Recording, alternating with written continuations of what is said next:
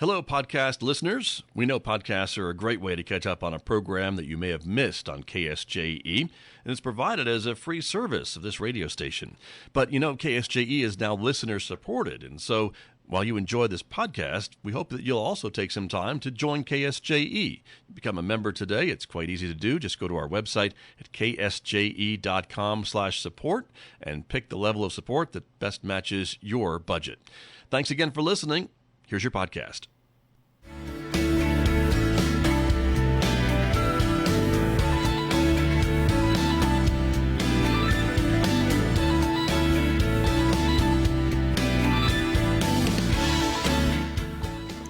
11 minutes past 8 o'clock. It is Tuesday morning, the last day of March 2026. Good morning, everybody. I'm Scott Michlin. Thanks for tuning in to KSJE. 90.9 FM over the airwaves here in San Juan County, New Mexico. In Durango, Colorado, we broadcast at 103.3 FM. And if you're listening to my voice from anywhere else on the planet, you've gone to our website to tune in. That's ksje.com. Or maybe you're listening to me through the new KSJE radio app. We also want to welcome our viewers this morning who are watching me right now. The video of the program streaming out live to the KSJE Facebook page and also to our YouTube channel. So welcome aboard, everyone. We're so glad that you are with us this morning. Today on the show, we are getting an update from our friends over at Bloomfield Schools. Lots of exciting things going on in Bloomfield at the school district, so we'll give you an update on that in just a moment right here on KSJE this morning. Later on this hour, on Tuesdays as we do, it is our Adopt a Pet Tuesday segment. We'll be checking in with Amber Francisco over at the Farmington Regional Animal Shelter. She'll be telling us about some of the pets available for adoption this week, including that good-looking cat you see on the screen right there. That's Jackson. And we'll learn more about him coming up later on this hour right here on KSJE. Next hour, of course, our classical music program, Roving with the Arts. Mick Hess will be here taking us roving today, beginning at 9:06. A reminder, too, that we publish podcasts almost every day. You can find them wherever you listen to podcasts. Check them out. Maybe subscribe and discover a new local program that you may have missed, or you could find them right in the KSJE radio app. It is available now at the App Store and on Google Play. And a save the date reminder for you coming up May 2nd. It is the annual KSJE 0 Mile Fun Run. Exactly what it sounds like. It is 0 miles. You start there, end there, and that's a run for about 0 miles. It's a fundraiser for us here at KSJE. You can go online and register right now for $15, ksje.com/funrun. Outside our studios at San Juan College this morning, a cloudy Tuesday morning, 52 degrees at the moment, and we are expecting not 80 degrees today. It's going to be much cooler than that, actually. Maybe only in the 60s today with a chance of sprinkles and some breezy conditions. So that would be last week's forecast. But we'll get more updated weather for you later on this morning. Back with my guest from Bloomfield Schools right after this on KSJE. In a medical emergency, stroke, heart attack, trauma, every minute matters. The decisions made in those first moments can change everything. San Juan Regional Medical Center offers advanced, comprehensive, definitive care. Available 24 hours a day for everyone in our community. When minutes matter, San Juan Regional Medical Center is here. Find out more at sanjuanregional.com.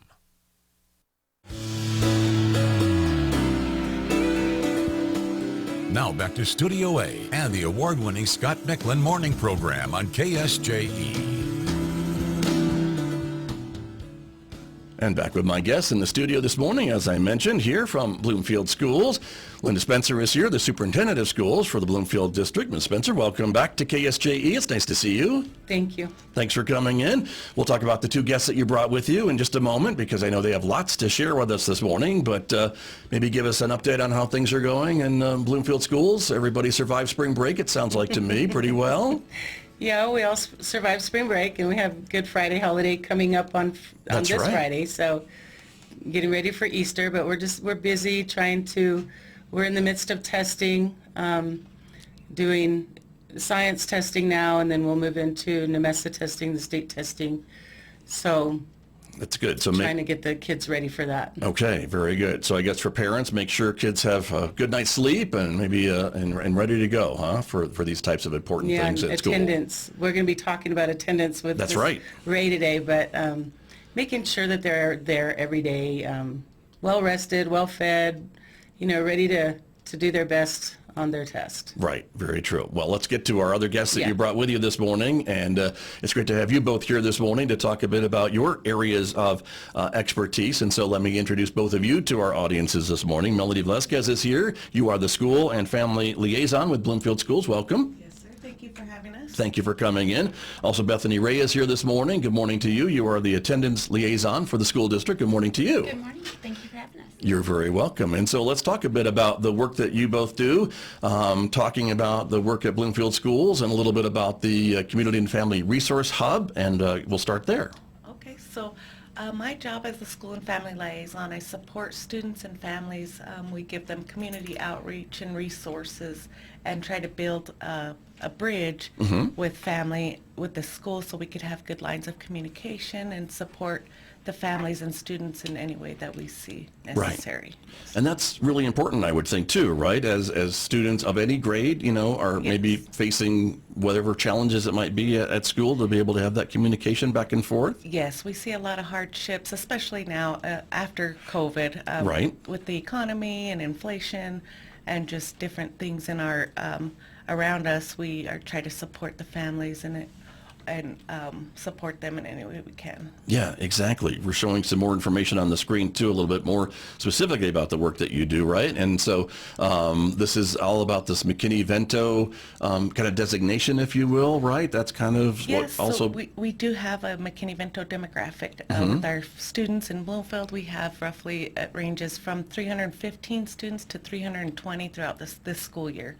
And that range is due to, like, if they disenroll or move, but we Right. still serve those. I think right now it's about 315 students. And what does that designation mean specifically about these students? They are students that maybe need some extra support or things like that, or what? The McKinney-Vento is defined, like, they're identified as homelessness, but that's such a very broad definition of the word homelessness. 'Cause Right. a lot of people have a misconception that homelessness means like they are homeless on the street or homeless living in a vehicle, which that is part of the definition, but a lot of the families we see are doubled up, tripled up, just living temporarily in a situation due to hardship.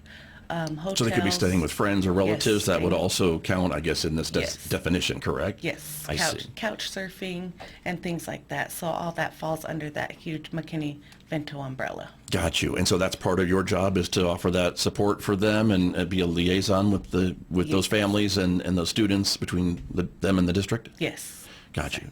Very good. And so I guess that's a really important part. This is a federal designation then, too? Yes, it's all under federal programs. Mm-hmm. Yes. Got it. Okay. And so here's the term about defining homelessness, which you just talked about, right? Yeah. And so that's a bit about what you are working on, but this is kind of gives us a more in-depth definition of what you're dealing with and what would put a student into that designation. And you mentioned it's about 300 or so students? Yes, roughly. We stay Bloomfield? probably above that range. Since I've been there, it hasn't been under 300. And I didn't mention lack of, like, adequate nighttime housing or Shelter. lack of water, electricity, or no running water, which is substandard housing. I see. So that would also bring them under that category. Got you.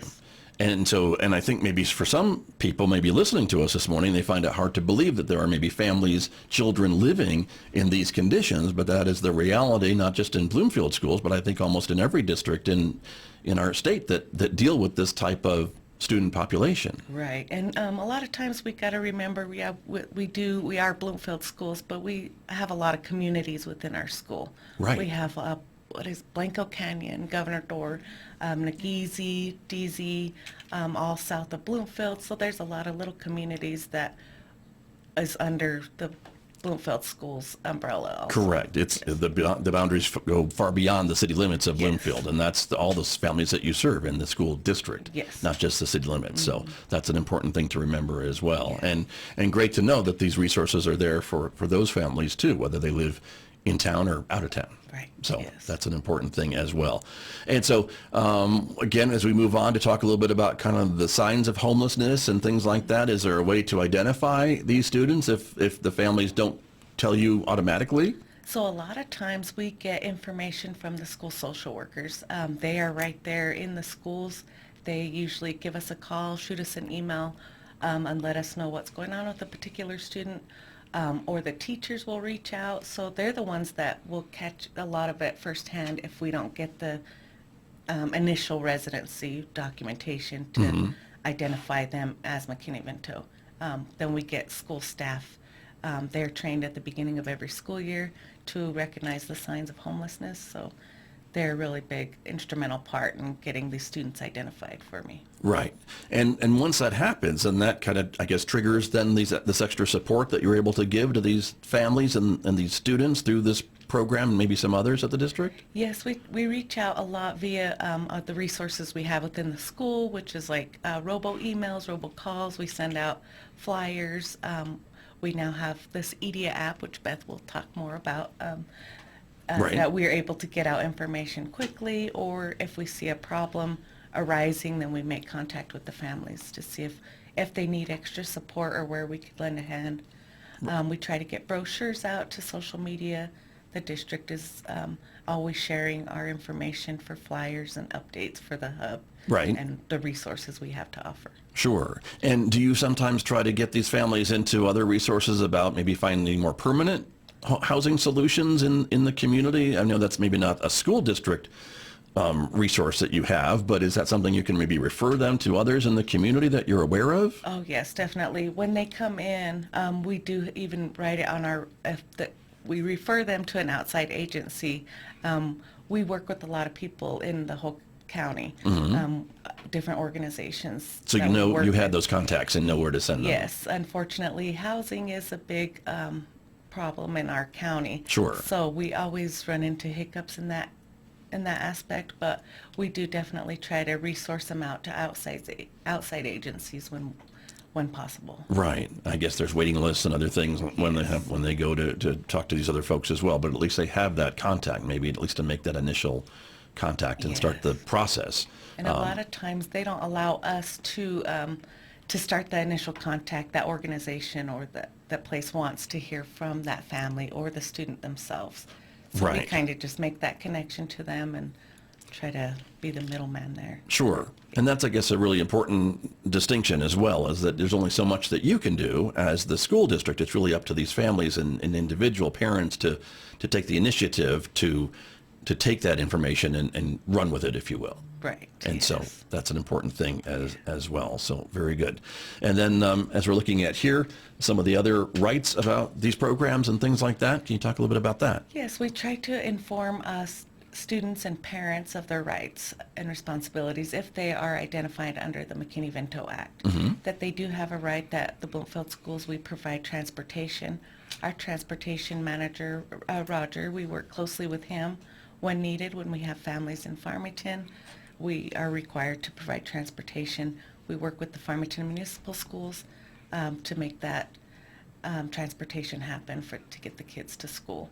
So they do have rights and responsibilities, and even enrollment. If they don't have the proper documentation at enrollment, our registrars are trained to, if they're identified as McKinney-Vento, to make it a speedy process, and then we try to get their documentation later. We help assist them to get birth certificates or social security numbers or what have you, whatever's needed at that time. Sure. And is this program available in other districts then as well, or is it specific to just Bloomfield in our area? Every school district does have a McKinney-Vento program, and we have been working with other liaisons in Farmington, Paul Pavlik, Rachel Brown at CCSD.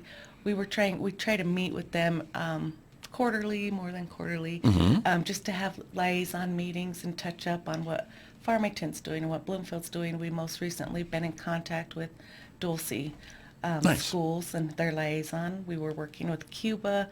So we try to expand as the whole region of our county. Sure. And further out, just to see what we're all doing in Northwest New Mexico Right. as liaisons for our McKinney-Vento families. Got it. And do you find sometimes that the families do maybe move in between school districts or around a school district, since they are somewhat mobile and, they don't have that permanent housing, and so maybe they do move in and out of a school district, and just to kind of keep track of those kids so they don't fall through the cracks? Oh, yes. We try to keep a good open line of communication with the school liaisons.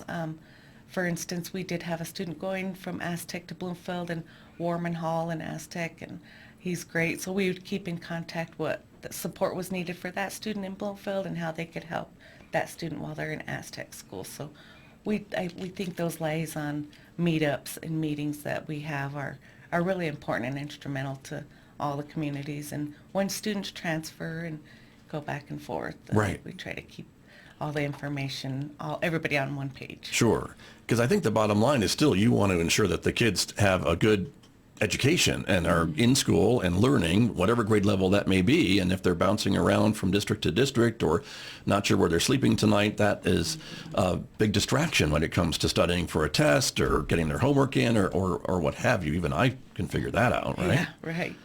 It is hard for kids. Like, we want to keep them in school and good grades, but they can't do all that if they're hungry, or they can't do that if they don't have a bed to sleep on. And so we just try to figure those things out, get their basic needs met first when needed, when possible, and do what we can for them, so then they could focus on education and attendance and other Right. other important things. Right. And do the parents realize that too, I guess? I mean, I imagine they're facing a lot of other things in their life. And so it's probably, I would hope, appreciated maybe that they're getting some assistance and some referrals from you and others at the district.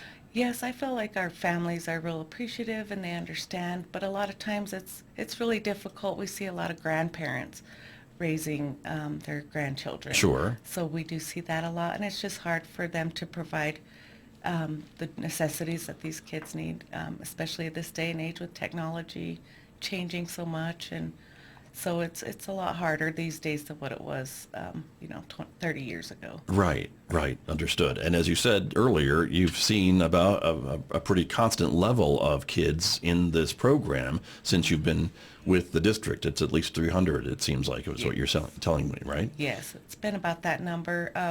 That it really only changes due to if they have to move out of Sure. transfer schools. Right. And then we are also working to implement a new way of identifying them this upcoming school year, which would just involve a residency form for the family or guardian to fill out at the beginning of the next school year. I That see. way we have a better idea of where the student is staying, all the updated contact information. So Right. we're going to work on that this upcoming school year. Okay. And these kids in this designation, these 315 or 350 kids or so, is it all grade levels? Is it mostly younger kids or high school kids, or is it really hitting every level of school age children? Yes, it's every level, from pre-K to our seniors, so all the schools. And then most recently, we were trying to identify the students that aren't in school yet, just because the state of New Mexico does want that identification for children under 3,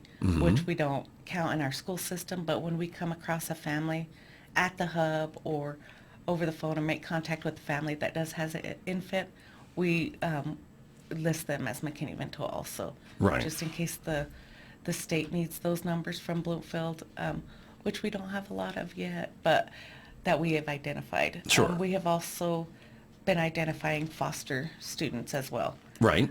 So I think we have like 13, and we also serve them in the same manner.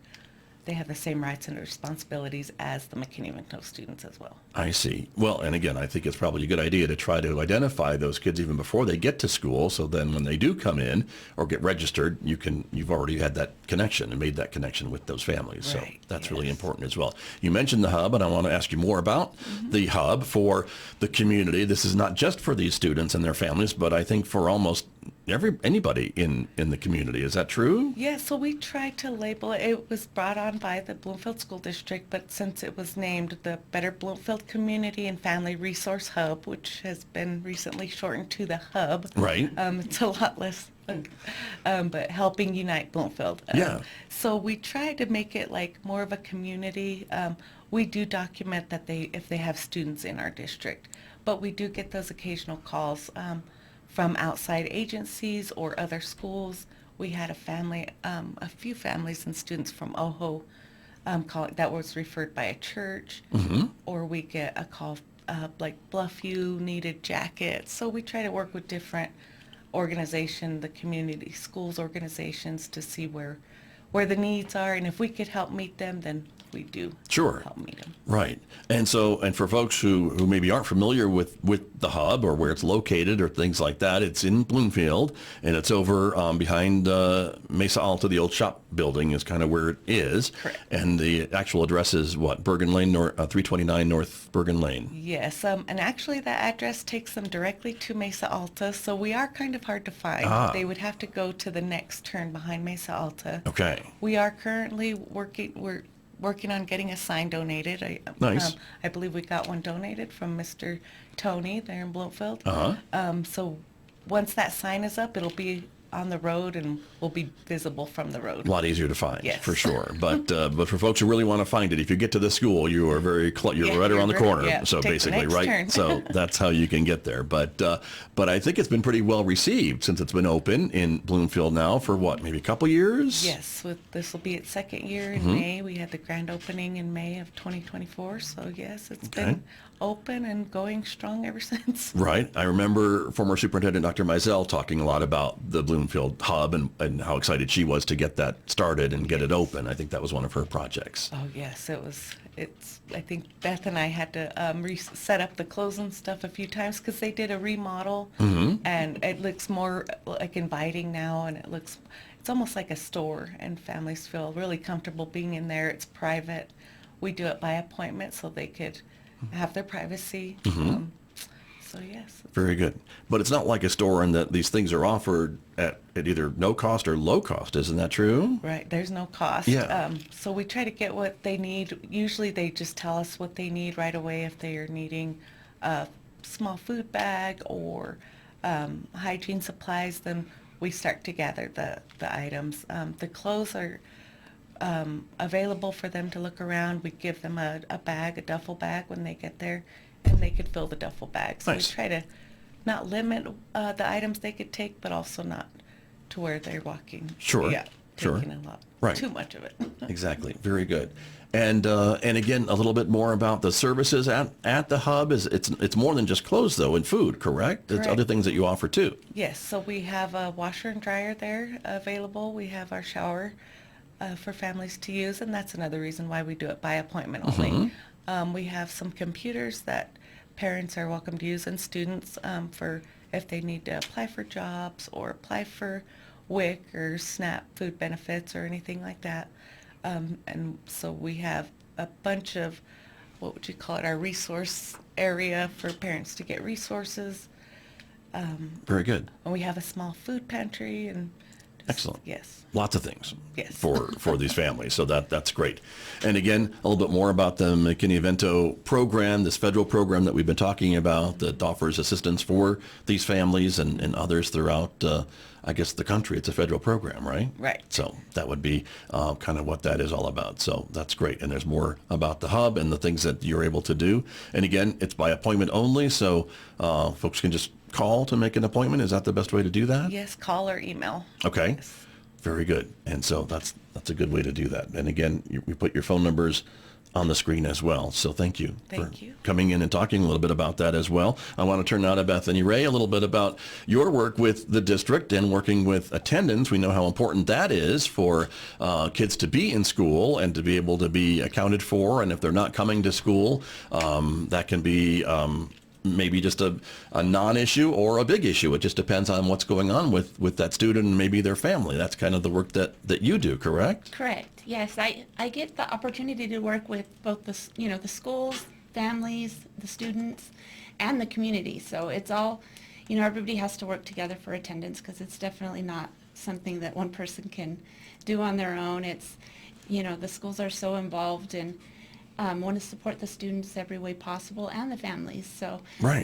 A lot of times we find just barriers to attendance as well. They might be struggling with the transportation or, and it also works really well with the hub because a lot of the families that can use resources from the hub also are having problems with attendance. So I transitioned into the attendance part and I was already at the hub. So it all works well together. We've had a lot of success with sometimes parents don't want to go to the school and talk about what's going on because, they might be embarrassed or they might just not be comfortable there. So sometimes they'll just come into the hub and we're able to assist them there and find out really what the root problem is and try to find a solution, try to support them in that. Yeah, which is great. And again, we just talked from Ms. Spencer this morning about testing and things like that and attendance being so important, right? And so if kids aren't in school, in class, to take those tests, and it's hard for their teachers to know kind of how they're doing and hard for the state to know and those types of things as well. And so that's an important part of, I guess, your job too, to figure out where they are and what is going on. Is it a transportation issue? Is it a bigger issue? Are they just sick? Or who knows what it could be? Right. It really is. There's so many different things that keep kids from going to school. So part of what we're trying to do is just find out what those issues are, and it is really just a wide thing of trying to find what the problem is and trying to get them there. And a lot of it is too that it seems like with COVID, maybe it's kind of made it where people don't see the importance of being there every day because they were out of school for so long. So we're trying to just really get to people to understand the importance of being there every day, how much they miss when they're not, and just missing like 2 days of school every month adds up to being a lot of days, that they're missing a big percentage. So, and I think that attendance, it's a problem not only in our district, but all across New Mexico and even nationally. So we've been working really closely with New Mexico PED and trying to get our attendance plans together to where we can support families more. And it seems like a lot of districts, and I think Bloomfield too, doesn't necessarily want to be punitive when it comes to attendance, but trying to work with the families and students to support them to figure out, what's going on, what's the underlying issues, and then, get them back into class so it's not a detention situation or what have you, or chronic, truancy problem or things like that, I guess is what I'm trying to say. Right. Yeah, we're really trying to change the cultures of the school and make it where kids are feeling, included and they feel a sense of belonging at school. So we really want to start there and make it where kids just feel like they belong. And we've gone with the Ron Clark House system is kind of a way that the district has adopted that and is trying to just keep kids, maybe kids that don't always feel included, but for them to find a way to be included in their houses. And then the EDIA app is also another step that the district's taken to be able to just have closer communication with the parents, for it to be easier for the parents to be able to communicate with the school. And we've had a lot of positive feedback from that. People are finding it much easier to be able to communicate. It's a lot easier to just text back and give the reason of the absence than it is to call and talk to the schools. And that's what the app is used for then, I guess, to notify parents that their child is absent and asking what's up, what's going on, and they can respond pretty quickly to that, Correct. I guess. Just as soon as the student's marked absent, then a text message goes out to the parent or guardian, letting them know that they've been marked absent and asking for the reason, and then the parent can just respond right back and tell them why they're out. If they're at if it's a doctor's appointment or anything like that, they can send a medical note through the text. So that saves another step of having to get the note to the school. Right. So. Got you. And you hope, I'm sure, that the parents know that their child is absent that day. And Correct. if they don't, it's also probably a little awakening to say, well, we need to do something else about this, right? Yes, there are a lot of responses of, well, let me find out. Let me get back to you, right. So, yeah. But that's important as well. But that does, I think, shorten the timeline, I guess, for that whole process, it sounds like to me, by Correct. able to do it that way. And for parents, it sounds like they've been pretty positive about getting that communication from the district? Yes, we've had a good positive feedback from parents. So a lot of them find it a lot easier and, less time consuming to be able to communicate with the schools. Right.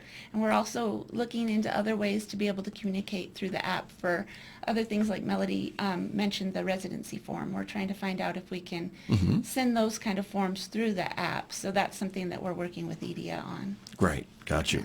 And it seems like to me that that's a fairly automatic process, as you mentioned, right? As soon as they're marked as absent on the attendance, it shoots out the message. Does that free up you or maybe some other staff to do other follow-up work or things like that you maybe need to do individually with these families? Yes, it's really designed to help the attendance secretaries to lighten their load a little bit. I know it's a new system, so eventually I think it will do that. I think there's a lot to it right now with them learning the system and everything. So, but we eventually hope that it really helps all the attendance secretaries, and then it gives the district and everyone else just more insight onto what's happening. There's a lot of ways to see data on the app. Right. So we can see our chronic absence rates for each school, day to day. So otherwise we don't see it until the reporting period, but this is kind of gives us an insight more often. Right. Very good. And we just have a couple of minutes remaining this morning, so I wanted to talk about these tiers of support for attendance, and this is another part of your job and what you're doing district-wide, it sounds like to me, right? Every school, every grade? Yes. Yep. And this is actually like a statewide thing that they're using the tiers of support. So less than 5% is just universal, so that's everyone in the school that's missed less than 5%. And then from 5 to 10% is just it's the individualized, so prevention level. And then from 10% to 20% is where they want to have like the intervention stage, and then intensive support for anyone over the 20%. Sure. Got you. And so when you think about that, if you have 180 days of instruction even, right, and the school year is longer than that, I think, right? But you're still talking, 10% is 18 days? That's significant, right? That's for a 5-day school week, that's almost 2 weeks missed. Right. So that even with my bad math skills, I can figure that one out, but that's significant. Yes. So yeah, right now I think our chronic absentee rate is about 33%. So we just want to get that lower. So we're working really hard. And my position is actually through a grant where we're just trying to get our percentages down. Sure. So that's our goal. Yeah, no, very good. Well, thank you for coming in and sharing your work with us this morning as well. It's really great. And I know all this kind of works together, Ms. Spencer, to work on maybe graduation rates and other things. If kids are still in school, they're graduating and they're going on to the next grade and things like that. So it's all part of a district-wide effort. Yeah, absolutely. It ties to everything. Graduation rate, which is that's how our high schools are rated. But even, our test scores, if the kids are not in school, they're not learning the material they need for the tests. But, we're proud to have the hub in Bloomfield. It happened before I came on board, but these ladies do an excellent job. They've really done a good job of making sure that we have resources there, that they reach out to families. And so I'm proud that we have this in Bloomfield to support our community. Right. Well, congratulations. And I think it's important that the district is still supporting it and seeing how important it is to the community. And so that's another important part under your watch, that the hub continues to provide these resources to those families within and outside of the district. Yes. So that's great to hear those stories. So thank you for coming in. I'm afraid we're out of time, everyone, but always great to visit with Bloomfield Schools and find out everything that you are doing in your community. So thanks for coming in this morning. Thank you very much. Thank you for having us. You're very welcome. My guest this morning from the Bloomfield School District with me here on KSJE. Did you enjoy that podcast? We hope that you did. And if you did, share it with your friends. And if you really want to keep podcasts like this coming, please support KSJE. You can do it easily online at ksje.com.